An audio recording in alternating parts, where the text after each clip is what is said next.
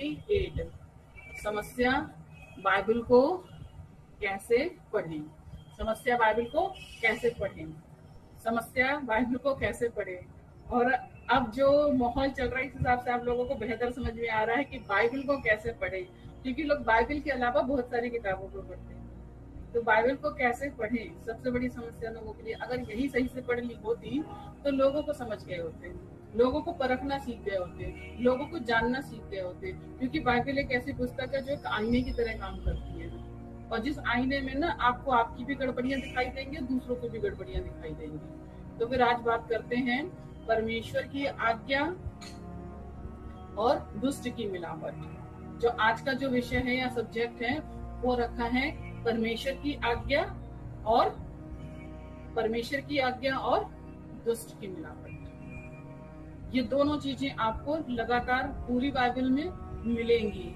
जब जब आप बाइबल को पढ़ोगे आपको ये दोनों चीजें साथ साथ चलती हुई दिखाई देंगी। एक तरफ परमेश्वर की आज्ञा और दूसरी तरफ दुष्ट की मिलावट, जो कि हमको यीशु मसीह ने ये बात बताई थी। मत्ती 13:25 में लिखा है, पर जब लोग सो रहे थे तो उसका शत्रु आकर गेहूं के बीच जंगली बीज बोकर चला गया। तो जब लोग सो रहे थे तो उसका शत्रु आकर गेहूं के बीच जंगली बीज बोकर चला गया। अब यीशु मसीह ने जब इस बात को रखा है तो वो हमको और आपको यही समझाना चाह रहे थे कि दो प्रकार के बीज इस दुनिया में हैं। एक तो परमेश्वर का अच्छा बीज, जिसे हम गेहूं का बीज कह सकते हैं, जिसके द्वारा बहुतों की भूख मिटती है। और दूसरी तरफ जंगली बीज, वो पनपता गेहूं के बीच में ही है, लेकिन ना तो वो ठीक से गेहूं को पनपने देता है और ना ही लोगों की भूख मिटाता है। एक जंगली बीज है जिसको आपको पहचानना होगा। तो मत्ती 13:25 में जो यीशु मसीह ने आपको हिदायत दी या फिर कहें शिक्षा दी या फिर कहें वार्निंग दी, उसमें साफ शब्दों में लिखा, पर जब लोग सो रहे थे तो उसका शत्रु आकर गेहूं के बीच जंगली बीज बोकर चला गया। अब जब लोग सो रहे थे, सोने का संबंध नींद से नहीं है, सोने का संबंध लापरवाही से है। यहाँ पर सोने का संबंध ये नहीं कि लोग गुड नाइट करके बैठे हुए थे, लोग लापरवाह हो गए थे और उस लापरवाही के चलते शत्रु ने आकर के अपना काम कर दिया। और आज मसीह समाज में हमको वो शत्रु बहुत तेजी से काम करता नजर आ रहा है। जैसे जैसे आप परमेश्वर के गेहूं के दानों को बटोरना शुरू करोगे, आपको पता चलेगा कि इसमें गेहूं के दाने तो कम और जंगली बीज बहुत है। जब आप वचन को पढ़ोगे तो आपको ये बातें समझ में आएंगी। मत्ती 13:38 अब ये बताया गया है कि जो खेत है वो है संसार, और अच्छा बीज कौन है? राज्य की संतान। और जंगली बीज कौन है? दुष्ट की संतान। तो जो बीज बो करके चला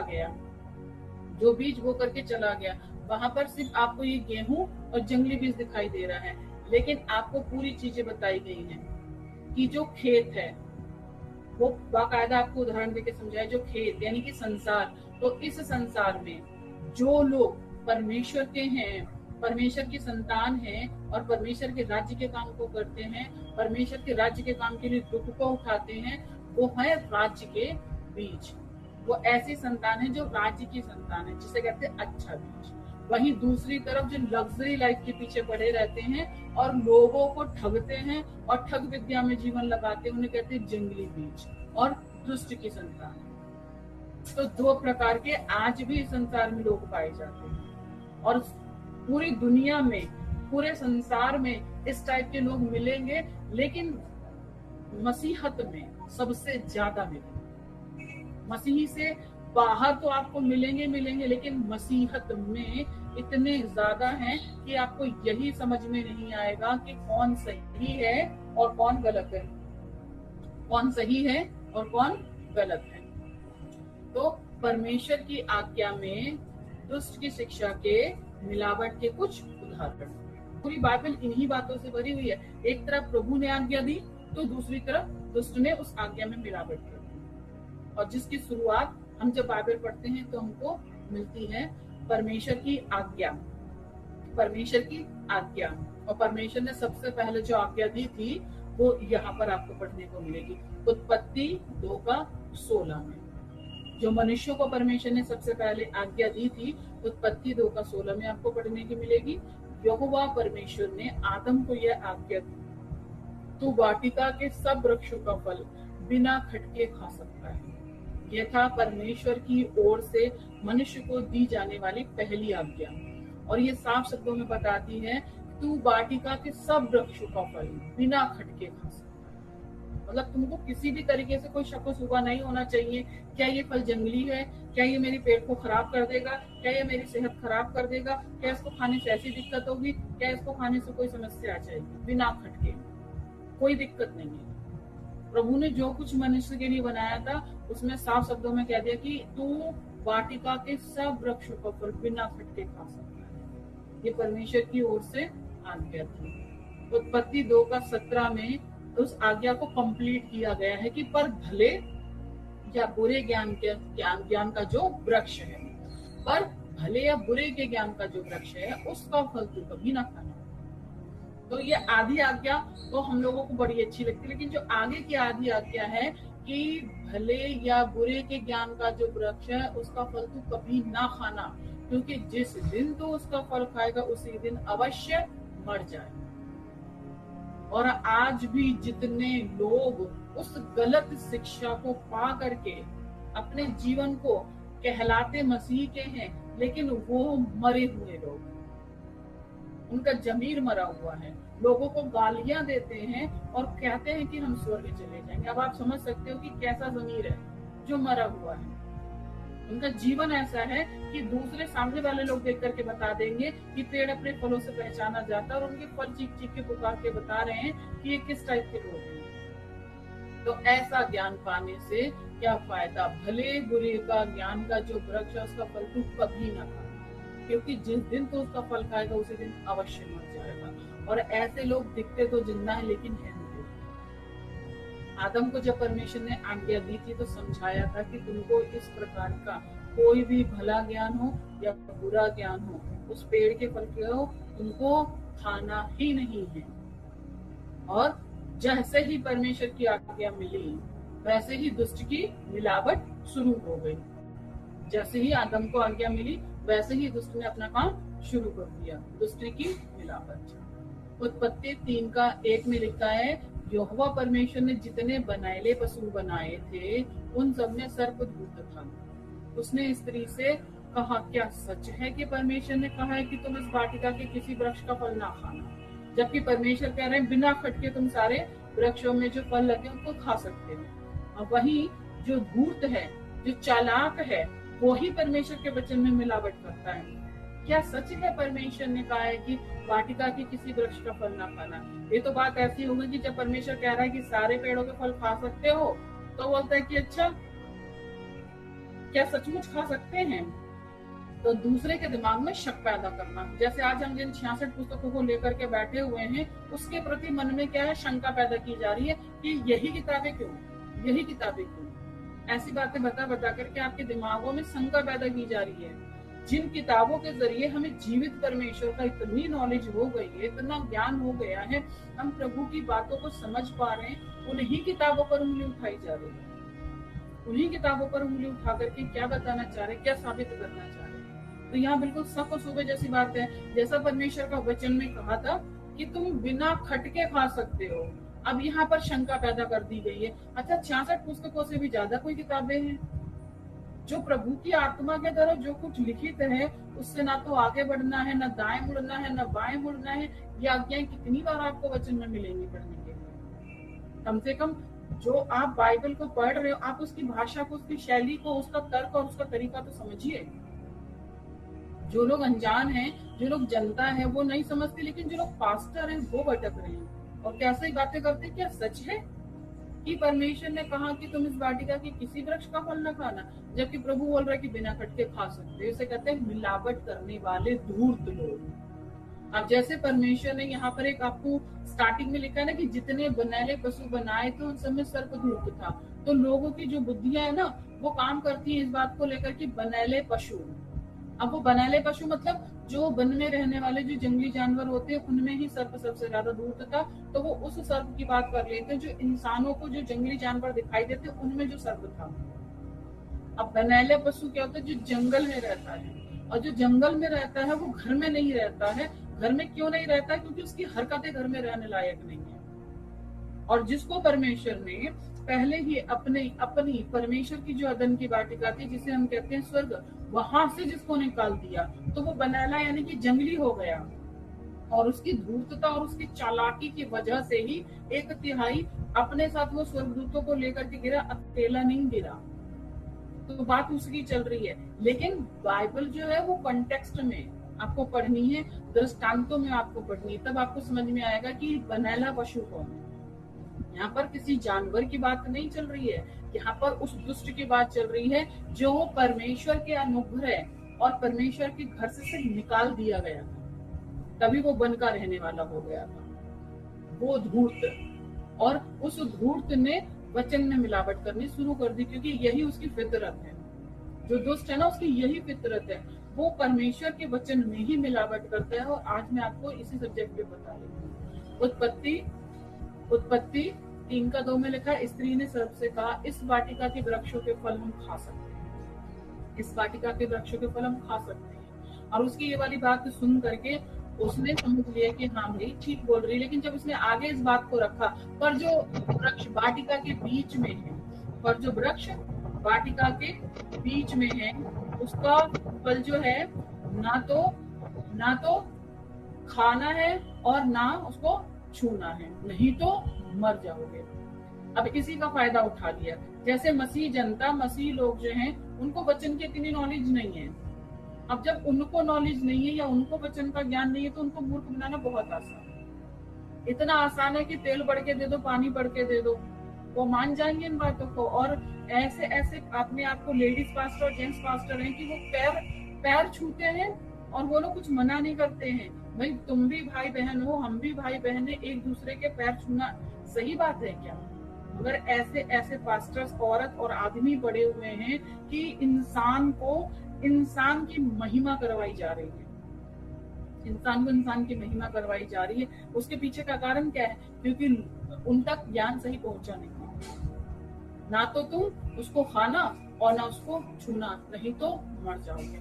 और इसी अज्ञानता का फायदा उठा करके दुष्ट बोलता है उत्पत्ति 3:4 में, तब सर्प ने स्त्री से कहा, तुम निश्चय न मरोगे। अब कारण क्या था? उस स्त्री को, या फिर कहें आज इस कलीसिया को, परमेश्वर के वचन का इतना ज्ञान नहीं है, और जिसको ज्ञान नहीं है उसको समझाना बहुत आसान हो जाता है। तब सर्प ने स्त्री से कहा, तुम निश्चय न मरोगे। इसी वजह से वो स्त्री, यानी कि आज वो कलीसिया भटक रही है। कभी कलीसिया के लोग किसी पादरी के चरणों में हैं, तो कभी किसी पादरी के चरणों में हैं, फिर चाहे वो मेल हो चाहे वो फीमेल हो, ऐसे पास्टरों के चरणों में उन्हीं को खुदा समझ करके पूज रहे हैं और कहते हैं कि नहीं हमारा पास्टर तो बहुत अच्छा है। फिर चाहे वो तेल पानी वाला हो, चाहे फिर वो तरह तरह की भाषाओं का ज्ञान रखे, या फिर वो तरह तरह की किताबों को 66 किताबों में मिला दे। हर वो पादरी अपने आप में ऐसा बन गया है कि वो पूज रहा है, वो अपने आप को ही सब कुछ कहता है कि मैं जो हूँ, मैं जो कह रहा हूँ वही सही है। उसका कारण क्या है? क्योंकि जिनको ज्ञान नहीं है, जिनको पूरी नॉलेज नहीं, उनको फंसाया जाता है। तब सर्प ने स्त्री से कहा, तुम निश्चय ना मरोगे। अब भाई जब नहीं मरेंगे तो अच्छी बात है, हम खा लेंगे। उत्पत्ति 3:5 वरन परमेश्वर आप जानता है कि जिस दिन तुम उसका फल खाओगे उसी दिन तुम्हारी आंखें खुल जाएंगी और तुम भले बुरे का ज्ञान पाकर परमेश्वर के तुल्य हो जाओगे। तुम्हारी आंखें खुल जाएंगी। अरे भाई, ये स्त्री ये बोल सकती थी कि मेरी आंखें खुली है तभी तो मैं इस फल को देख पा रही हूँ, मैं कोई अंधी थोड़ी ना हूँ, ऐसा बोल सकती थी। लेकिन उस स्त्री के पास उतनी नॉलेज नहीं थी। लेकिन वही कोई हमको भी आया फल खिलाने के लिए और बोला कि फल खाने से बच्चा हो जाता है, तो भाई हमारी आंखें तो खुली थी, हमको पता है कि परमेश्वर अनुग्रह करता है, दया करता है, कोख बंद करता है और कोख खोलता है। क्योंकि भाई एक तरफ हव्वा को फल खिला करके मूर्ख बनाया जा रहा था, लेकिन यहाँ पर भी वही कंडीशन कर दी, यहाँ पर भी औरत को फल खिला करके मूर्ख बना रहे हो। तो भाई एक टाइम था, एक आदम ऐसा था जिस आदम ने सही शिक्षा नहीं दी थी, जिसकी वजह से हव्वा बातों में फंस गई।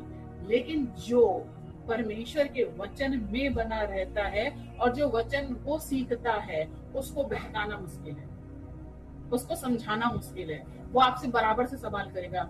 इसको भी सवाल करना चाहिए था, पहले तो अपने पति से ही सवाल करना चाहिए था कि इस पेड़ के फल को खाने को क्यों मना कर रहा है, इसके पास जाने के लिए क्यों मना कर रहा है। उसकी जानकारी ज्यादा से ज्यादा लेती ना। जब कोई काम हमको मना किया गया तो हमको ज्यादा से ज्यादा जानकारी लेने की कारण क्या है, रीजन क्या है, बातें क्या है, मुझे नॉलेज पूरी चाहिए। आज भी मसीह समाज में परमेश्वर का जो वचन है, बाइबल है, उसको जानने की लोगों में जागरूकता ही नहीं है। वो कहते हैं हमारा विश्वास काफी है, विश्वास से जिंदा रहेंगे। अरे विश्वास से जिंदा रहोगे, तुम्हें आकर के जाने कितने पढ़ा के चले जाएंगे 2 का पहाड़ा, और बोलेंगे कि हाँ हाँ देखो तुम्हारी आंखें खुल जाएंगी। भाई आंखें खुली हैं तभी तो उस पेड़ के फल को देख पा रहे थे, बिना आंखों से कैसे देख पा रहे थे। उस स्त्री ने अगर ऐसा करके कोई ऑब्जेक्शन उठाया होता तो उसकी जो नजरें थी ना, उस फल की चाहत में नहीं गई होती। उस फल की चाहत को उसी की नजरों ने देखा था, तो कम से कम दिमाग लगा लेती कि मेरी ही आंखें तो इस फल को देख रही हैं कि ये देखने में अच्छा है, खाने में कैसा है, मनभाऊ है। ये बातें उसको समझ में खुद क्यों नहीं आई? कारण क्या था? क्योंकि उसको परमेश्वर की वाणी, परमेश्वर की आवाज, परमेश्वर का ज्ञान या फिर कहें परमेश्वर की आज्ञा सही से नहीं बताई गई थी। लेकिन हमारा जो मसीहा प्रभु यीशु मसीह है, उन्होंने वचनों में साफ शब्दों में कहा है, ये जो खेत है, ये संसार है, यहाँ पर 2 प्रकार के बीज हैं। एक तो अच्छा जो कि परमेश्वर के राज्य की संतान है, और एक बुरा जो कि दुष्ट की संतान है। तो हमको मसीहा ने ये चीजें पहले से बताएंगे, लेकिन उसके लिए आपको बाइबल को ज्यादा से ज्यादा पढ़ना पड़ेगा और उसको समझना पड़ेगा, तभी आप बच पाओगे ऐसे लोगों से। अब दूसरा, मैंने आपको एक बता दिया, परमेश्वर की आज्ञा के साथ दुष्ट ने अपनी मिलावट कर दी। अब यह है दूसरा, परमेश्वर की आज्ञा। उत्पत्ति 9:1 में लिखा है, फिर परमेश्वर ने नूह और उसके पुत्रों को आशीष दी और उनसे कहा, फूलो फलो बढ़ो और पृथ्वी में भर जाओ। परमेश्वर की ओर से मिली नूह और उसके पूरे परिवार को आज्ञा, फूलो फलो और पृथ्वी में भर जाओ। उत्पत्ति 9:2, तुम्हारा डर और भय पृथ्वी के सब पशुओं, आकाश के सब पक्षियों और भूमि पर के सब रेंगने वाले जंतुओं और समुद्र की सब मछलियों पर बना रहे। ये सब तुम्हारे वश में कर दिए जाते हैं। अब परमेश्वर ने मनुष्य को ऐसा बनाया कि प्रभु बार बार मनुष्य को याद दिलाते हैं कि ये सब कुछ तुम्हारे वश में है, तुमको इन पर अधिकार रखना है। लेकिन वही मनुष्य ने ऐसा फल खाया है कि वो हर किसी के अधीन हो जाता है, हर किसी के अधीन हो जाता है। कभी जानवरों के, कभी पक्षियों के, कभी जीव जंतुओं के, उनको अपना ईश्वर बना लेता है। और जब सबसे जैसे तैसे बचता है तो किसी मनुष्य को अपना ईश्वर बना लेता है, उसके अधीन हो जाता है। अधीनता, आपको अधीन होना था कि उनको अधीन करना था। फिर क्या सिखाते हैं कि और ये परमेश्वर के दास के अधीन रहना चाहिए। अरे पहले परमेश्वर का दास प्रभु के अधीन है कि नहीं है, ये भी तो चेक करना चाहिए। तब परमेश्वर ने कहा सब चीजों पर तुमको अधिकार रखना है। उत्पत्ति 9:7 बताता है, और तुम फूलो फलो और बढ़ो और पृथ्वी पर बहुतायत से संतान उत्पन्न करके उसमें भर जाओ। ये परमेश्वर की ओर से नूह और उसके 3 बेटों और बहुओं और उसके पूरे परिवार के लिए एक परमेश्वर की तरफ से आशीष थी कि तुमको फूलो फलो और बहुतायत से बढ़ना है। उत्पत्ति 9:3 में लिखा है, सब चलने वाले जंतु तुम्हारा आहार होंगे, जैसा तुमको हरे हरे छोटे पेड़ दिए थे वैसे ही अब सब कुछ देता हूँ। परमेश्वर ने मनुष्य के लिए सारी जरूरतों को पहले दिया है। जब पहले परमेश्वर ने अदन के बागीचा को तैयार किया था, आदम को जब उसमें ले जाकर रखा तो उसके खाने का पूरा इंतजाम था। वैसे ही जब नूह के टाइम पर जल प्रलय के बाद जब परमेश्वर ने इन लोगों को आशीर्वाद दिया, आशीष दी, तभी परमेश्वर ने इनके खाने के लिए सारा इंतजाम किया। लोग बोलते हैं कि यहाँ से ये लोग मांसाहारी हो गए। अरे भाई, जिस पृथ्वी पर 40 दिन 40 रात तक पानी था और उसके बाद पानी घटते घटते कितना टाइम गुजर गया, क्या उस पर एकदम से अन्न उग जाएगा? एकदम से अन्न नहीं उगता, उसको उगने में टाइम लगता है। तब तक ये इंसान क्या खाते? क्योंकि जो भी कुछ इनको रखवाया गया होगा वो कितने टाइम तक चला होगा, और अभी इनको आगे जीवन और जीना था। तब परमेश्वर ने इनके लिए उन जीव जंतुओं को भी रखा कि अब तुम इनको भी खा सकते हो। अब वो 8 प्राणी थे। 8 प्राणी अगर आज के समय में अगर एक बकरा या फिर मुर्गा या फिर जो भी कुछ रहता है, हम जो भी खाते हैं उसको, अगर बड़ा पशु है अगर उसको मार के खाते हैं तो वो कम से कई दिन तक चल जाएगा। छोटे पशु है तो कम से कम 2 टाइम का खाना उनका हो जाएगा। 8 प्राणी थे, ज्यादा लोग नहीं थे। तो वो जब तक प्राणी और पैदा हो सकते थे और हो रहे थे, कंटिन्यू बढ़ रहे थे, वो जानवर कंटिन्यू बढ़ रहे थे, तब उनको शाकाहारी से मांसाहारी क्यों होना पड़ा? क्योंकि वहां पर कुछ पृथ्वी पर उगा नहीं था, उगने में टाइम लगता है। ये सारी चीजें आपको पता होनी चाहिए और आपको पहले भी बताई गई है। ये परमेश्वर की ओर से आ गया था कि फूलो फूलो और भर जाओ। वही ये दूसरी मिलावट जो दुष्ट ने की, परमेश्वर ने ये दूसरी आज्ञा दी है तो उसमें मिलावट भी दुष्ट ने कर डाली। उत्पत्ति 11 का 1 में लिखा है कि सारी पृथ्वी पर एक ही भाषा और एक ही बोली थी। ये दुष्ट की दूसरी मिलावट है कि सारी पृथ्वी पर एक ही भाषा थी, एक ही बोली थी। और ये उसी समय का है जब नूह और उसके बेटों को परमेश्वर ने कहा था फूलो फूलो पृथ्वी में भर जाना है। उत्पत्ति 11 का 2 में लिखा है, उस समय लोग पूर्व की ओर चलते चलते शिनार देश में एक मैदान पाकर उसमें बस गए। परमेश्वर की आज्ञा थी कि फूलो फलो और पूरी पृथ्वी में भर जाओ, मगर इन लोगों ने क्या करा कि एक देश पा लिया, जैसे कहते हैं शिनार देश, और वहां जाकर के एक बड़ा सा उन्होंने मैदान देखा और सोचा कि अब हम इसी में रहेंगे, अब हमको कहीं जाना नहीं पड़ेगा। लिखा हुआ उत्पत्ति 11 का 4 में लिखा, फिर उन्होंने कहा आओ हम एक नगर और एक उम्मत बना लें जिसकी चोटी आकाश से बातें करें, इस प्रकार से हम अपना नाम करें, ऐसा ना हो कि हमको सारी पृथ्वी पर फैलना पड़े। अब ये दुष्ट की हरकत देखिए कि परमेश्वर ने कहा था फूलो फलो पृथ्वी में फैल जाओ। अब ये दुष्ट जिसको जिसको हम कहते क्या है, निम्रोद नाम से जानते हैं, वो उनका लीडर था। और उसने क्या कहा कि हमको ऐसा करना है कि हम इस बिल्डिंग को, ये जो मैदान है, इसी में ऐसी बिल्डिंग बना लेंगे जो बहुत ऊंची तक जाएगी और हम आराम से कंफर्टेबल यहीं पर रहेंगे, हमको कहीं जाना ही नहीं पड़ेगा। परमेश्वर आज्ञा देते हैं कि फूलो फलो और पृथ्वी में फैल जाओ, वहीं इनके भेजों में दुष्ट ने काम कर दिया। कहीं ऐसा ना हो कि हमको पूरी पृथ्वी पर फैलना पड़े, तो आओ हम लोग ऐसी एक जगह बना लेते जहां हम लोग सबके सब रह लेंगे। परमेश्वर की आज्ञा के खिलाफ जाने की जो फितरत है वो मनुष्य के अंदर पनप चुकी थी, और ऐसी पनप चुकी थी कि एक पृथ्वी पानी में डूब करके पूरी रीति से खत्म हो गई थी। और ये मनुष्य की फितरत आज भी नहीं बदल रही परमेश्वर की आज्ञा के खिलाफ जाने की। उत्पत्ति 11 का 8, इस प्रकार यहोवा ने उनको वहां से सारी पृथ्वी के ऊपर फैला दिया। अब प्रभु का काम ही है कि आप फैल जाओ पूरी पृथ्वी पर, मगर ये क्या कर रहे थे, गुम्मट बना रहे थे। इसे कहते परमेश्वर की आज्ञा के खिलाफ जाना, जबकि परमेश्वर साफ शब्दों में कहते हैं कि पृथ्वी के ऊपर फैला दिया।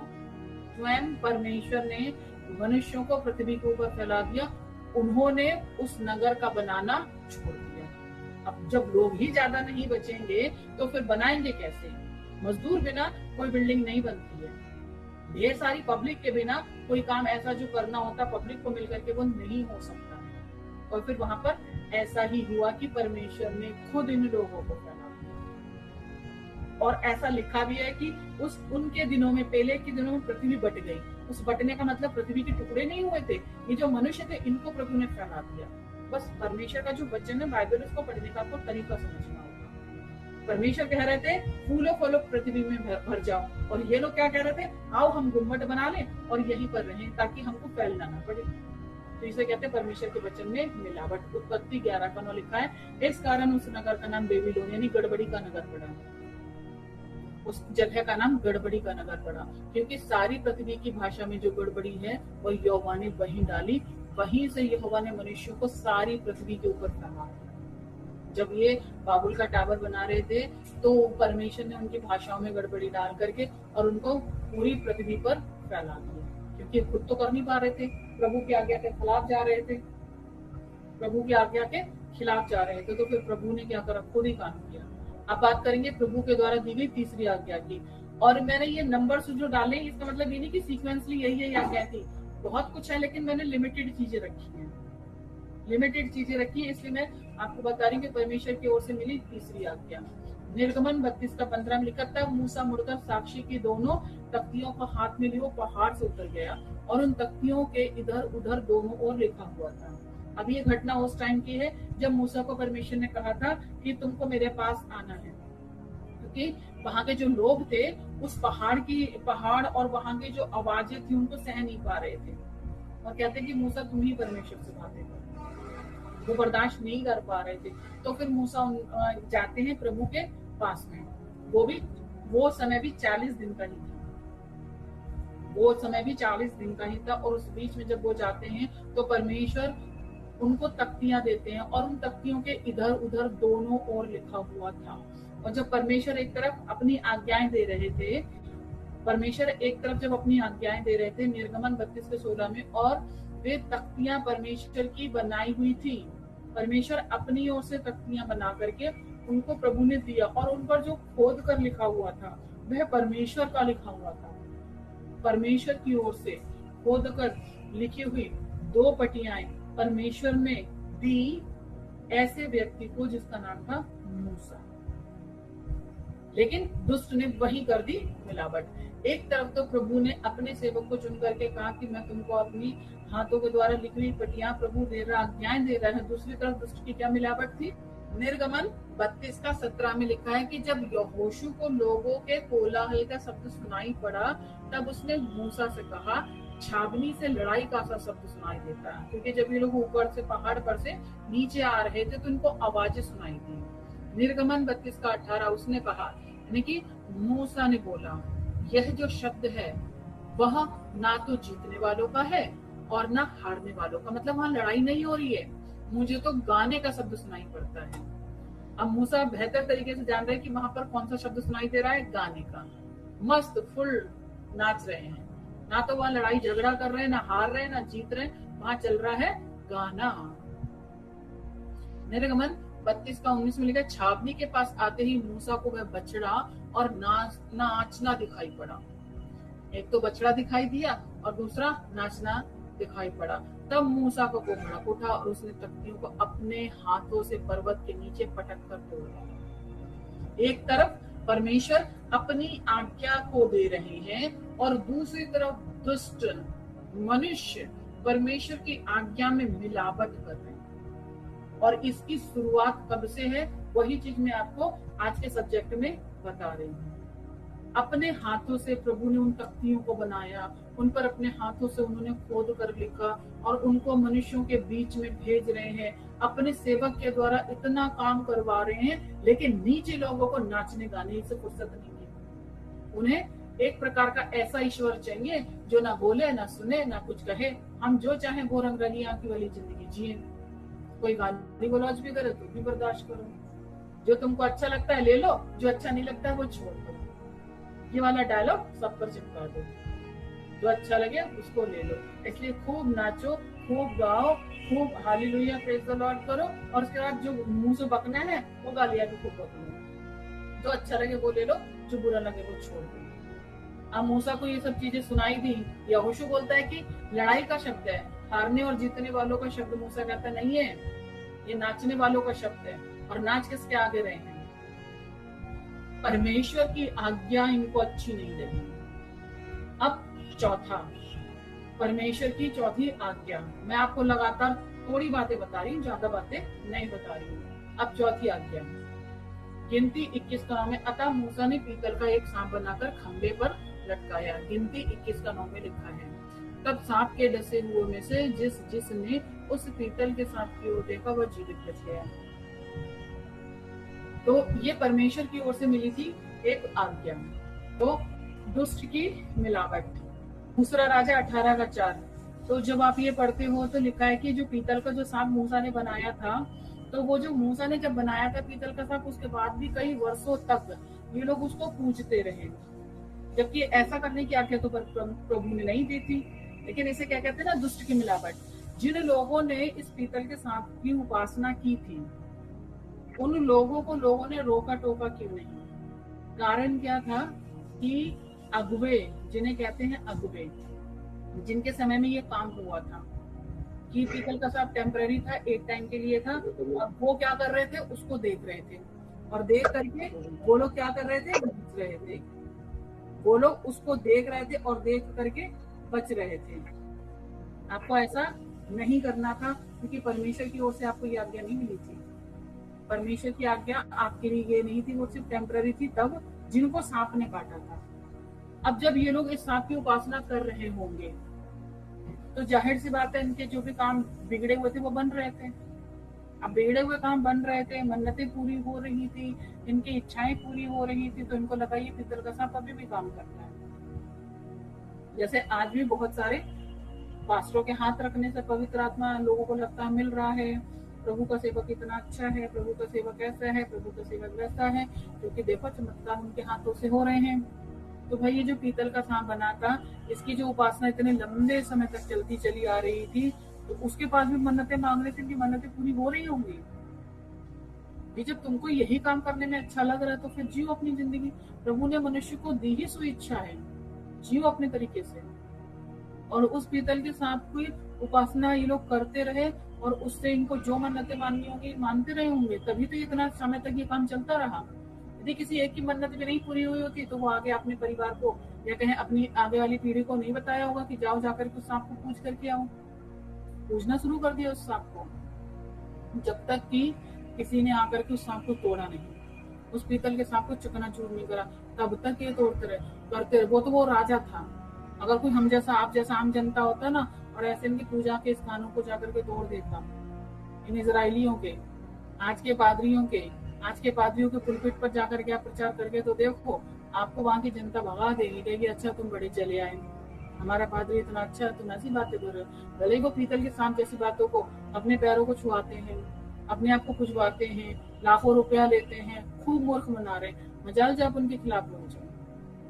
अगर आप बोलोगे तो उसके लिए पहले आपका खूब बड़ा होना जरूरी है, आपका किसी पद पर होना जरूरी, तभी आप किसी को बोल सकते हो। अब ये तो राजा था, इसने तोड़वा दिया तो कोई दिक्कत नहीं आई, लेकिन यही कोई आम जनता होती ना तो नहीं तोड़वा पाती।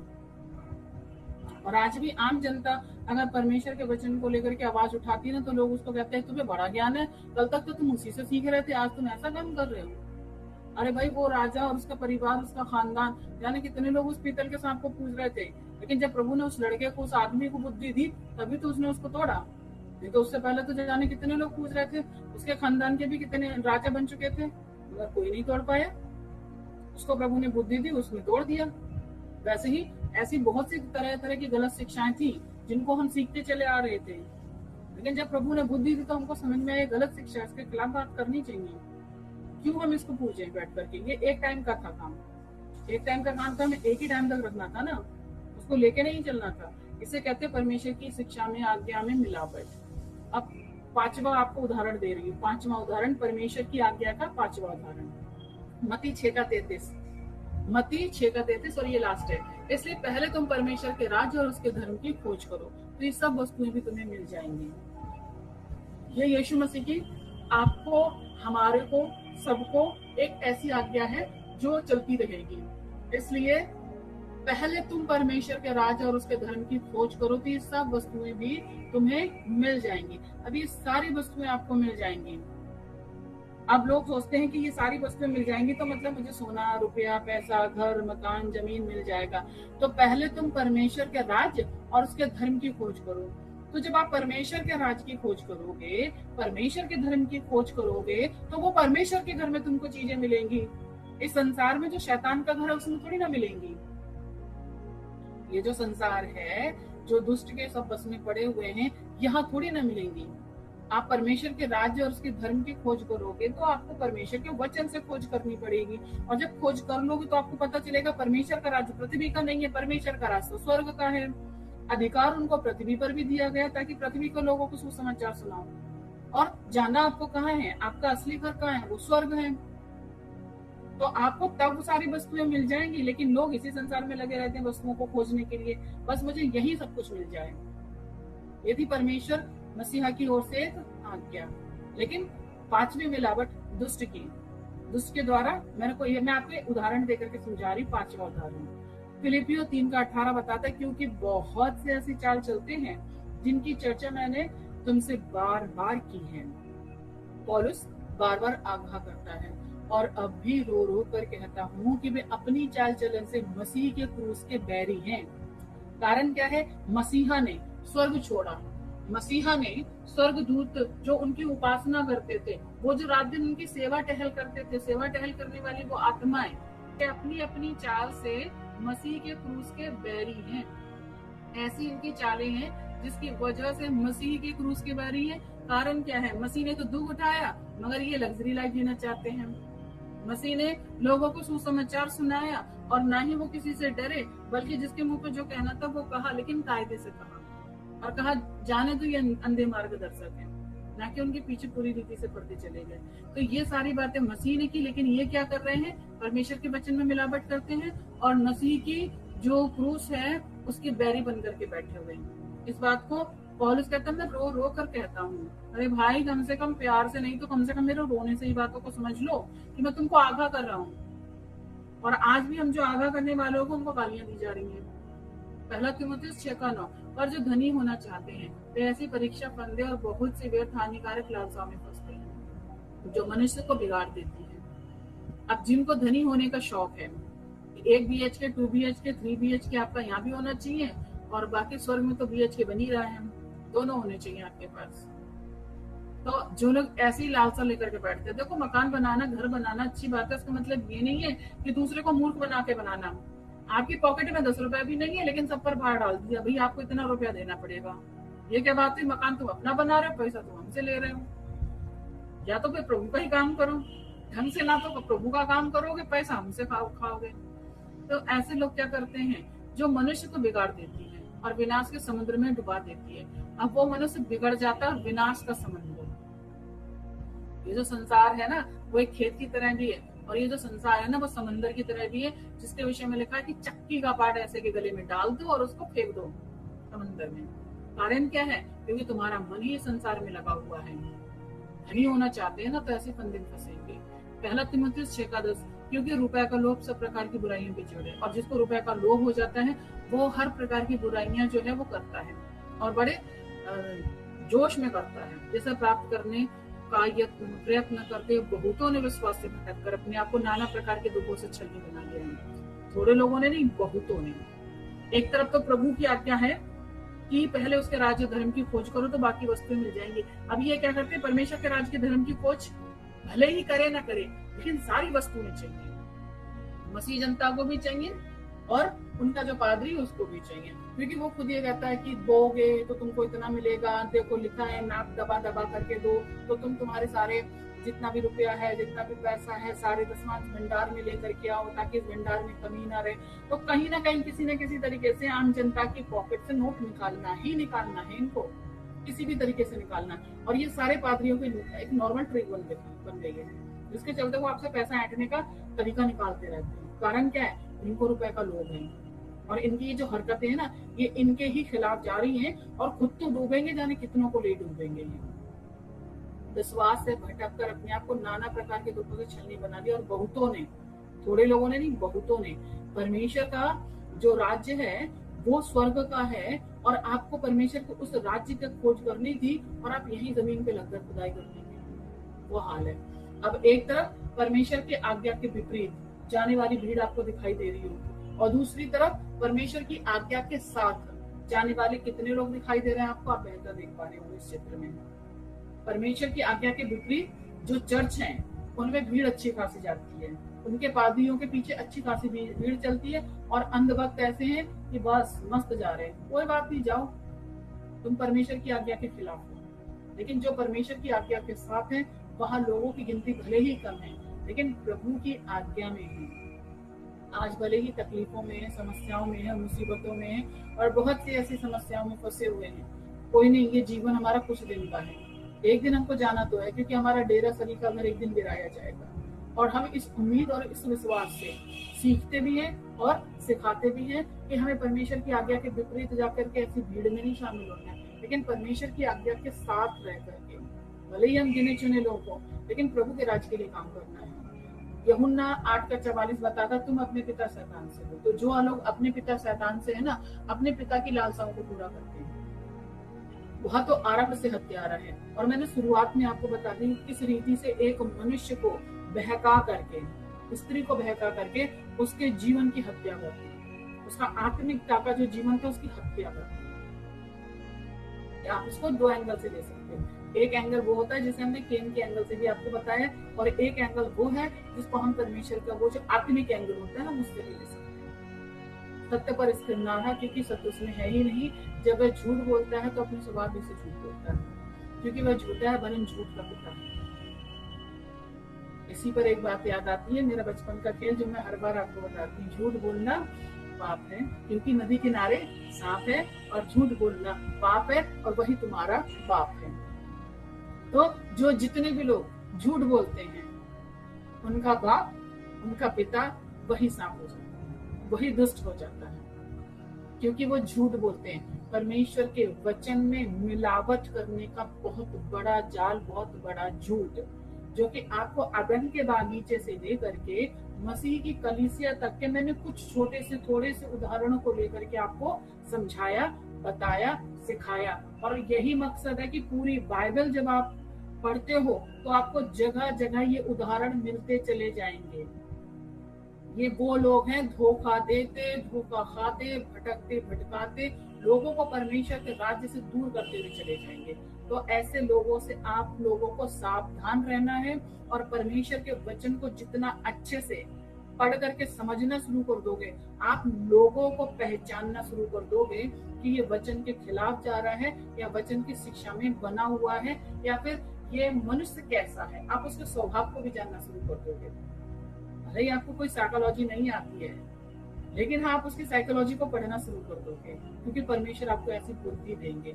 सो ये लास्ट स्लाइड था। सो परमेश्वर आप सभी को बुद्धि देंगे।